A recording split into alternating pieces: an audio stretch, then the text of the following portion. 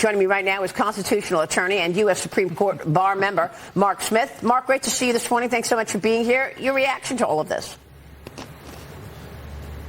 Well, look, the reality is the Democrats have a political strategy that I like to call sue until blue, which means basically they want to use the weapons of lawsuits all across America to change the election rules in their favor. Specifically, they like to attack any sort of voter integrity rules. We saw this before the Fetterman win.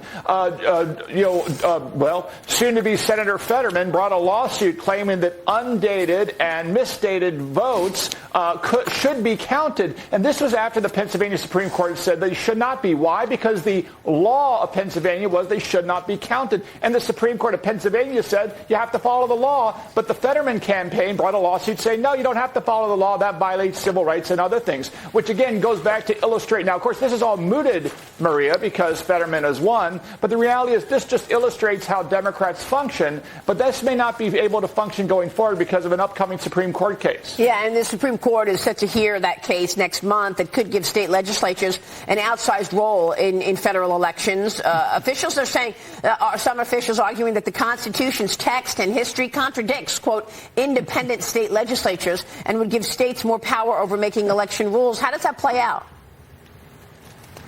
Yeah, it's really quite simple. So we, the people, elect our state representatives in every state. And those people that we elect that are accountable to the people then enact voting laws that govern federal elections. And those voting laws include federal voter integrity protections. Yeah. So what's happened over the years is that the Democrats specifically bring lawsuits to the state Supreme Courts to use state constitutional law to strike down these voter integrity laws. And this is how they do it. They basically don't get the outcome they want in the democratic process. They go to the state courts that apply state constitution to knock it down. But here's the rub, Maria, which is the United States Constitution specifically textually says that the people responsible for setting forth the rules, including integrity rules of state elections of federal officials, is the state legislatures. It's state court judges, by the way, are selected by the plaintiffs' bars or by, bar and lawyer interest groups. So they're not really representative of we, the people. And I think the Supreme Court's going to deal with that in a case called Harper versus Moore coming up. Well, what a shame all of this sounds. Mark, it's great to have you. Please come back soon. Mark Smith joining us this morning.